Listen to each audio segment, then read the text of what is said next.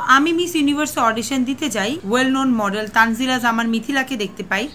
তো উনি আসলো, উনি কিছুক্ষণ বলতে 3 মিনিট বসলো, 3 থেকে 4 মিনিট বসলো। ফ্লোরা ব্যাংকের সাথে ডিউকের সাথে মিথিলাপুর খুব ফ্রেন্ডশিপ সম্পর্ক। পার্সোনালভাবে ইন্টারভিউ দেওয়া বা পার্সোনালভাবে অডিশন দেওয়া, এইটা কোন ধরনের বিউটি পেজেন্টের নিয়ম?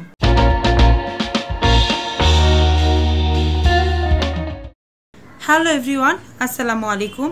আমি শান্তা পল, আমি একজন মডেল অভিনেত্রী, সেই সাথে সাথে আমি একজন কান্ট্রি রিপ্রেজেন্টার। তো আমি আমার একটি জার্নির কথা শেয়ার করতে যাচ্ছি, সেটা হলো মিস ইউনিভার্স। পুরো নাম হলো Flora bank present miss universe. তো আমি মিস ইউনিভার্সে অডিশন দিতে যাই এই মাসে, ফেব্রুয়ারি মাসের ফার্স্ট দিকে। তো অডিশন দেওয়ার সময় আমি আমি আমি অনেকটা দেরিতে যাই, যার কারণে আমি দেখতে পাচ্ছিলাম যে কখন কে আসছে। তো আমি আমার অডিশনটা দিতে যাই এবং অনেকক্ষণ বসি, প্রায় 3 থেকে 4 ঘন্টা বসি। এবং আমি যেহেতু 3-4 ঘন্টা বসে আছি, আমার মনে হয় বাকিরা আরও বেশিক্ষণ ধরে বসে আছে। তো আমি চুপচাপ সবার মতো, সবার অর্ডিনারি গার্লের মতো আমি ওখানে বসে থাকি। তো বসে থাকার পর আমি একটু ওয়েট করি, দেখি কতক্ষণে আমার লাইন আসে। তো এমন সময় আমি আমাদের একজন ওয়েল নোন মডেল তানজিলা জামান মিথিলাকে দেখতে পাই। তো উনি আসলো, উনি কিছুক্ষণ বলতে 3 মিনিট বসলো, 3 থেকে 4 মিনিট বসলো। এবং উনি যেহেতু একটা মডেল, উনি ওনার অ্যাটিটিউড নিয়েই বসলো।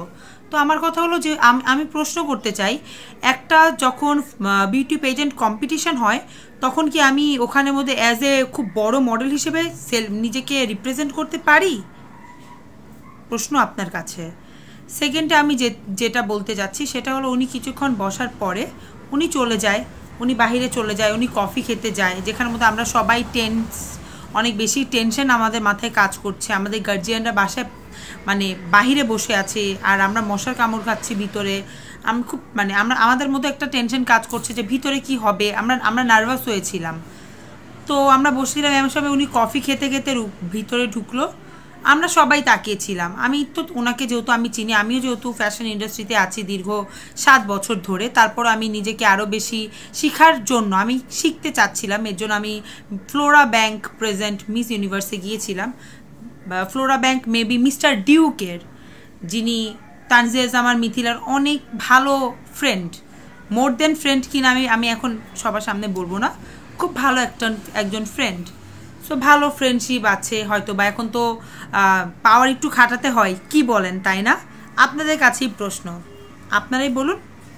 তারপরে যাচ্ছি। তো আমি সবার শেষে ছিলাম। আমার ক্রমিক নাম্বার ছিল 192, 192 নাম্বার ছিল আমার ক্রমিক নং। মিথিলার ক্রমিক নং ছিল হয়তো বা 201 বা 202, এরকম সামথিং, নিয়ার বাই।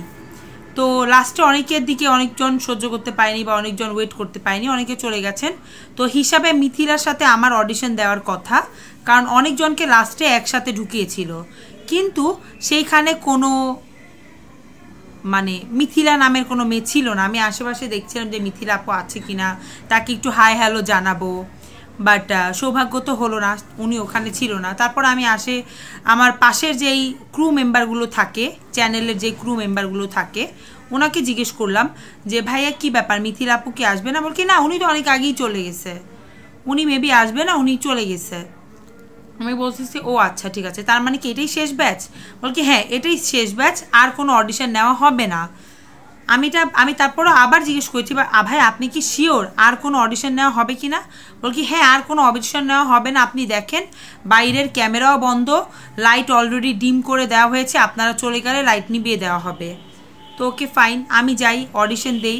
অডিশনের মধ্যে আমাকে এমন এমন প্রশ্ন করা হয়েছিল, আমি একটা ধারণা দিই।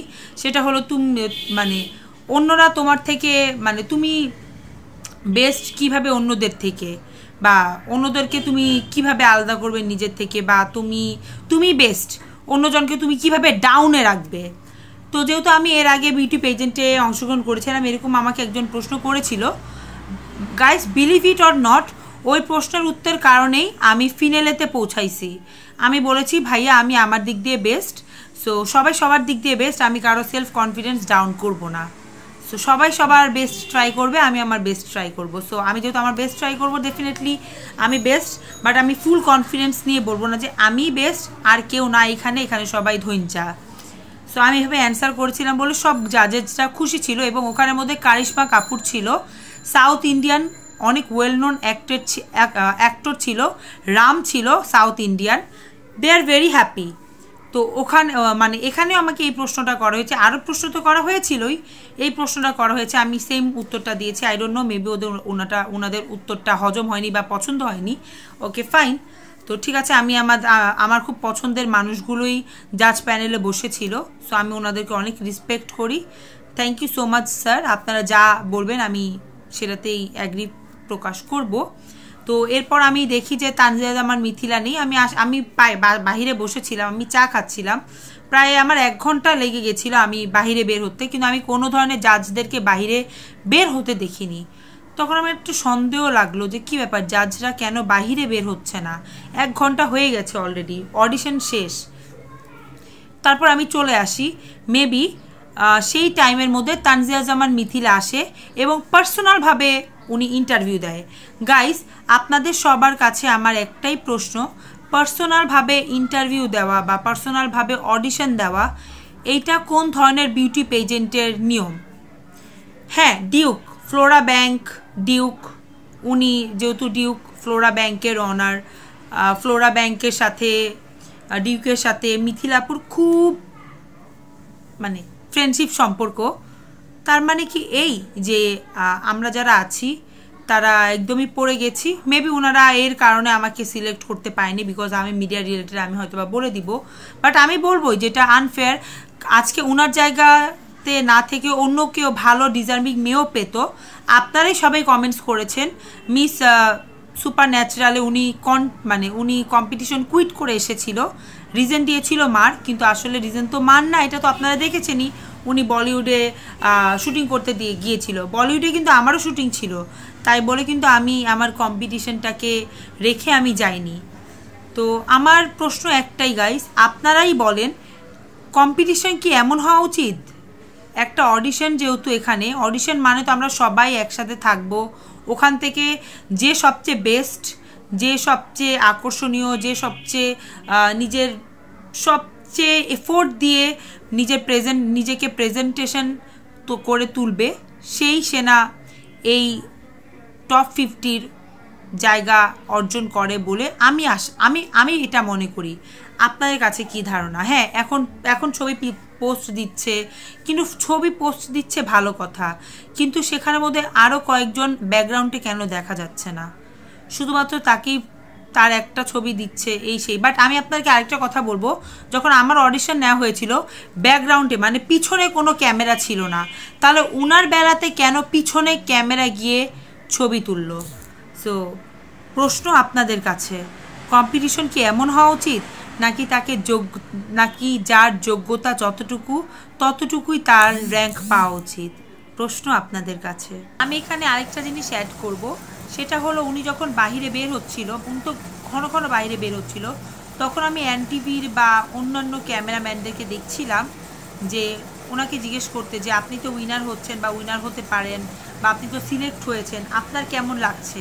এবং উনি ইন্টারভিউ দিয়েছে, এবং ওনার সাথে সাথে যারা আছে তারাও ইন্টারভিউ দেয়নি, তারা কীভাবে সিলেক্ট হলো? প্রশ্ন কিন্তু আপনাদের কাছে। ধন্যবাদ সবাইকে।